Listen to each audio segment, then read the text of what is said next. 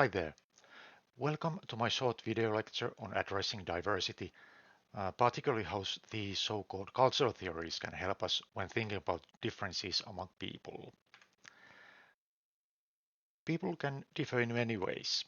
This slide presents just a few dimensions where we can observe differences between individuals. Core values develop in early childhood due to the environment, and changing them later in life requires the most effort. Changing attitudes is easier, and they may shift as knowledge and understanding grow.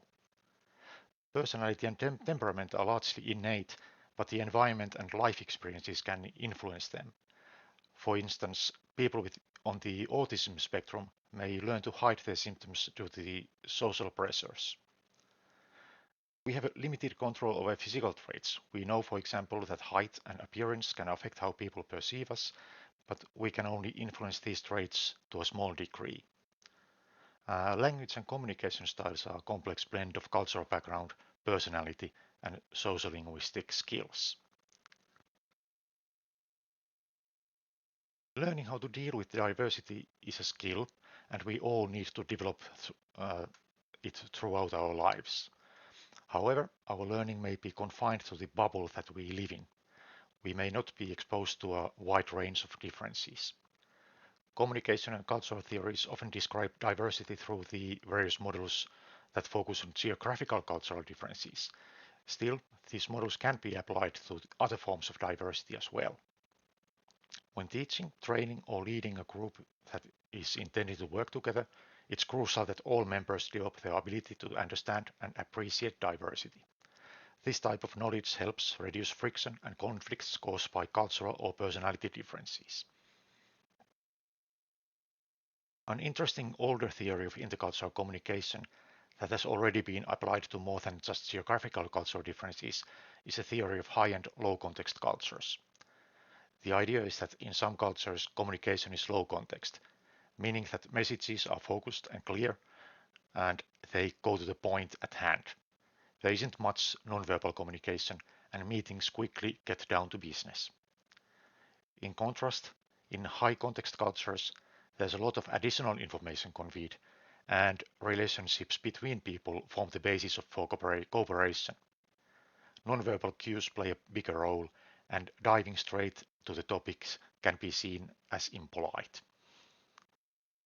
Originally, this theory saw the high and low context cultures as geographical differences, but it was soon applied to describe communication styles across different professional fields as well. In this diagram, you can see where different countries fall on the high and low context spectrum. Though Finland is not shown, it aligns closely with the Scandinavian countries, placing it among low context cultures. However, when looking at different professions, fields like HR, marketing and education, or any field involving interaction with various people are high context, while technical fields and finance are much more low context. So we can observe different communication cultures even within our own experiences when interacting with people from different fields or reading emails from them. Another useful theory when considering encounters with diversity is Bennett's developmental model of intercultural sensitivity. This describes 6 stages of how an individual's sensitivity skills and understanding develop when dealing with diverse people.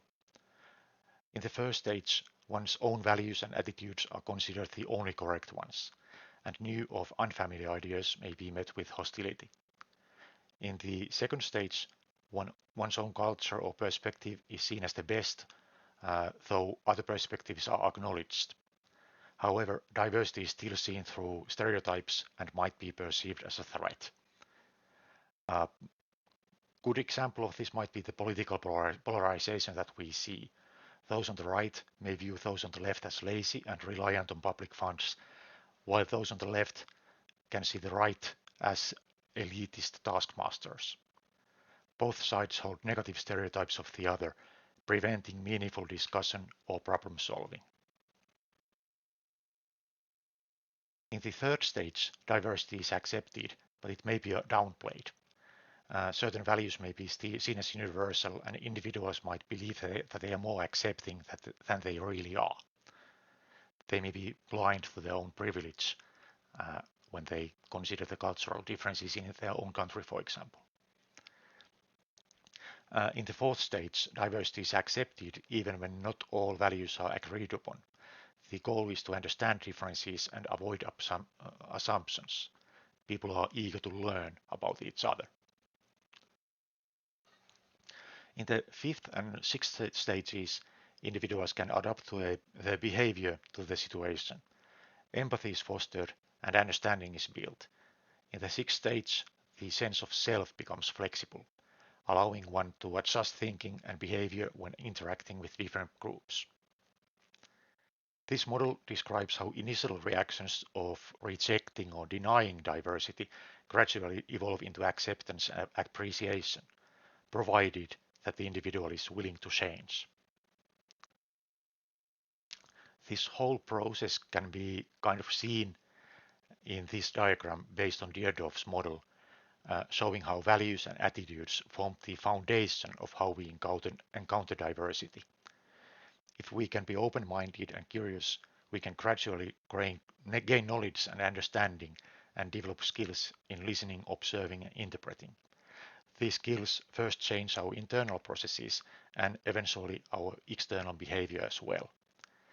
This behavior is of course not linear, but over time, as our knowledge and understanding grow, our attitudes also evolve, allowing for further learning and development. When teaching students how to deal with diversity in study groups or future workplaces, we must aim to influence their values and attitudes while developing their knowledge and understanding of the many ways we can all be different. For this reason, it's not enough for teachers to know about these theories or of cultures or forms of diversity. These topics should be openly discussed in the orientation phase of studies during various group activities. Thank you all for listening, and I hope this short introduction to the topic gave you something new to think about.